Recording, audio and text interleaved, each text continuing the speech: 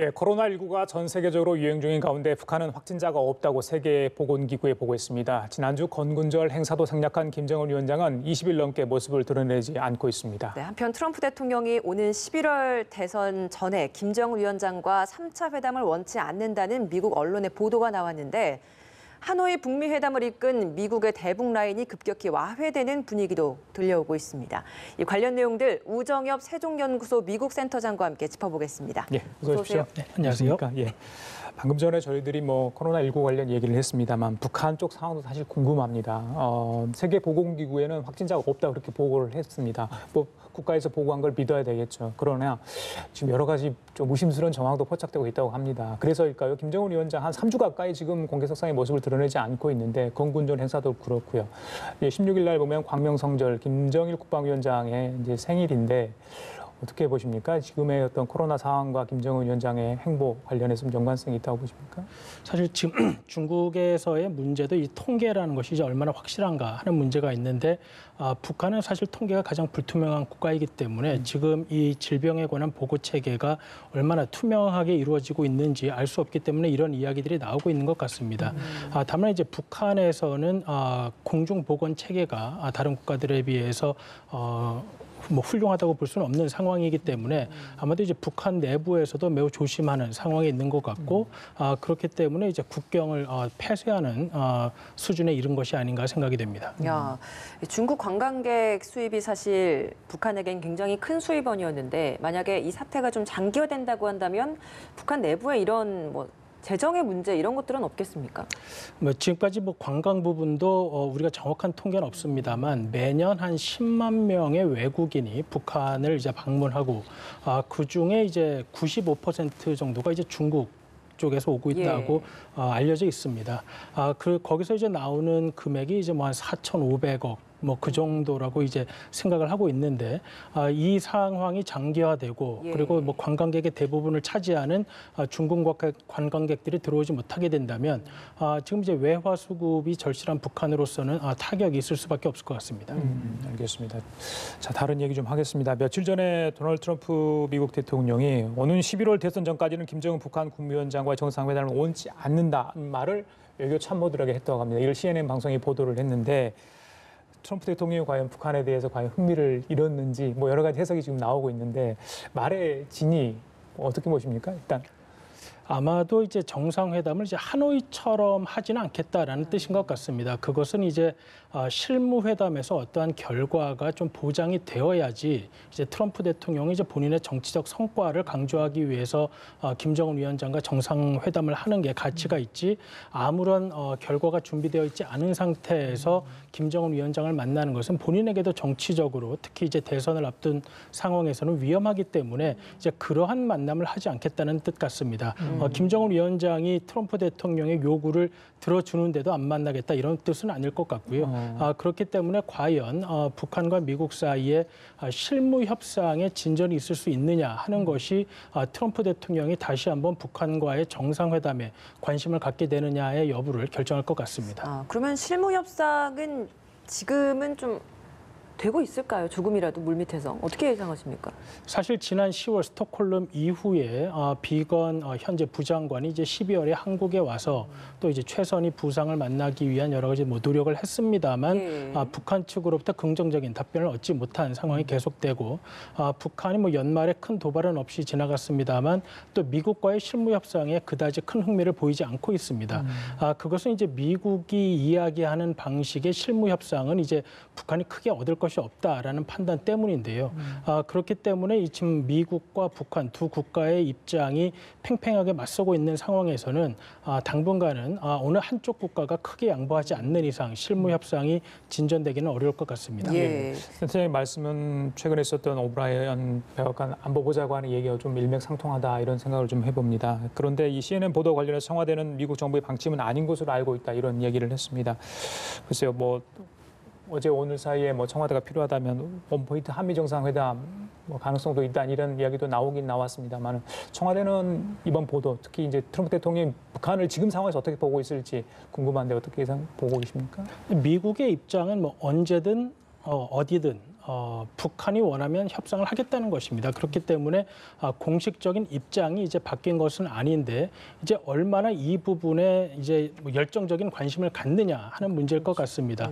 그런데 이제 하노이 그리고 이제 판문점 회동 그리고 스톡홀름 실무 협상을 거치면서 북한과의 실무 협상이 이제 미국이 원하는 것만큼 이제 진전을 보이지 못하니까 미국 쪽으로서는 좌절감이 많이 생긴 것이고 그러한 실무 협상에 진전이 없는 정상회담은 이제 트럼프 대통령에도 정치적 가치가 그렇게 없는 상황이 되었기 때문에 북한이 원하면 회담을 하기는 하겠지만 그 회담이 열릴 가능성에 대해서는 매우 낮게 보고 있는 것 같습니다. 최근에 그 김현종 청와대 2차장이 미국을 방문해서 트럼프 행정부 인사들을 만났고 그리고 나서 얼마 지나지 않아서 또 러시아도 방문하지 않았습니까? 그러면 이런 CNN 보도와 이런 김현종 2차장의 이런 방미 일정 행보들 좀 연관지어서 생각해 볼 수는 없는 부분입니까? 그래서 지금 한미 간에 여러 현안이 있고 그리고 지금 이제 언론을 통해서 우리 정부가 이제 한미 정상회담을 뭐 이야기하는 상황 그리고 이제 시진핑 주석의 방한이 지금 뭐 연기된 상황이기 때문에 이러한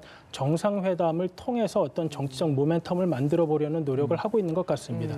다만 지금 이제 이 코로나 바이러스 때문에 상황이 여의치가 않고 그리고 이제 미국은 또 대선 때문에 상황이 여의치 않고 그런 상황이기 때문에 우리 정부가 생각하는 방향으로 일이 진전되기는 사실 쉽지는 않은 상황인 것 같습니다. 예.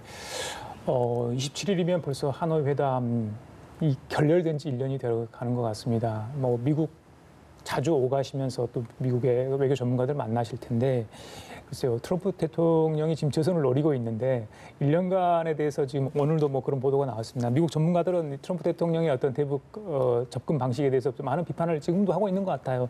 어떤 소식 최근에 들은 내용이 있으실까요? 뭐 1년 됐는데요. 글쎄요, 사실 이제 뭐 트럼프 대통령이 이제 본인의 이제 성과를 굉장히 과장해서 이야기한 측면이 있기 때문에 뚜렷한 성과가 뭐 없었다라는 측면에서 이제 민주당이나 또 민주당 후보들이 이제 비판을 가하고 있습니다. 그런데 이제 또 문제는 민주당 후보들이라고 해서 뭐 특별한 대안이 있는 것이 아니라는 점이죠. 그래서 뭐 트럼프 대통령이 뭐 지나치게 과장을 했다. 트럼프 대통령이 말한 정도의 성과는 없었다라고 비판을 하고 있지만 민주당 후보들이 그렇다고 해서 어떤 다른 방식을 제안하고 있는 상황은 아닙니다.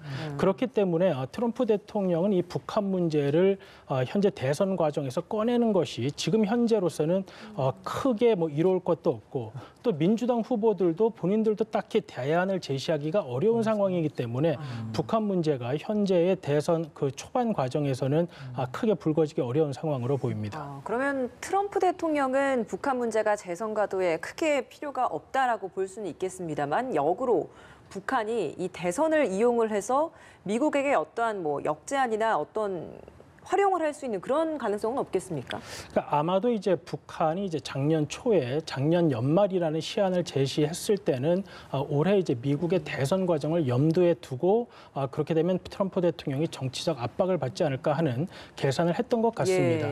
그런데 이제 문제는 과연 북한이 어느 정도의 행동을 해야 미국 특히 트럼프 대통령이 이제 관심을 가질 것인가 하는 것인데 물론 이제 트럼프 대통령이 원하는 방식으로 북한의 행동을 변화한다면 뭐 트럼프 대통령은 그것은 이제 바로 정치적 성과와 연결이 되기 때문에 바로 협상에 나서겠지만 만약 이제 북한이 다른 방식 예를 들어 뭐 강한 도발을 통해서 트럼프 대통령을 압박해서 북한이 원하는 방식으로 이끌고자 한다면 그것은 아마 북한이 원하는 방식으로는 이루어지기 힘들 것 같습니다. 왜냐하면 이제 미국은 어떤 협박에 굴복하는 모습을 보이는 것이 지도자로서는 매우 큰 정치적 상처가 되기 때문에 북한이 미국이 위협을 느낄 만한 도발을 할 경우에는 트럼프 대통령으로서는 지금 상황에서는 강한 반응을 할 수밖에 없는 상황이어서 강하게 나갈 것이다. 이 대선 과정이 뭐 북한에게는 뭐 어떤 정치적 기회가 될 수도 있겠지만 오히려 도발을 감행했을 경우 위험한 상황이 초래될 수도 있기 때문에 매우 신중한 상황인 것 같습니다. 도발 말씀을 하셨기 때문에 미 북부사령관이 상원 청문회 서면 답변 내용이 있는데 북한의 NG 실험이 향상된 ICBM 발사 준비됐음을 시사한 거다 이런 얘기를 했습니다. 물론 이제 거기에 뭐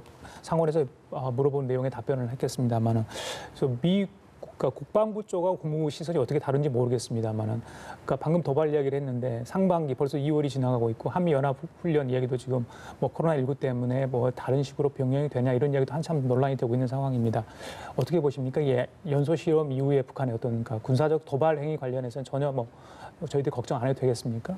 그 사실 이제 미국 민주당 쪽에서 트럼프 대통령에 대한 비판 중에 하나는 2018년부터 무언가 정치적인 효과는 있었지만 실제로 북한에 대한 아무런 실질적인 조치는 취하지 못했다는 점입니다. 그렇기 때문에 지난 2018년, 2019년을 거치면서 북한은 장거리 미사일 발사나 핵실험을 하지는 않았지만 계속해서 기술을 고도해 왔고 그런 부분에서 트럼프 대통령이 구체적으로 막은 부분이 없다라는 이 부분이 비판인데 만약에 북한이 이러한 부분을 좀 더 과시하기 위해서 미사일 발사를 하거나 한다면 트럼프 대통령으로서는 이제 본인의 어떤 정치적 실패를 다른 수단으로 이제 만회하기 위해서라도 아마 좀 더 강한 반응을 할 수밖에 없을 것 같습니다. 예, 북미 간의 대화 분위기가 점점 좀 꺼져간다라는 생각이 드는 대목 중에 하나가 최근에 미 행정부 내 대북 핵심 라인이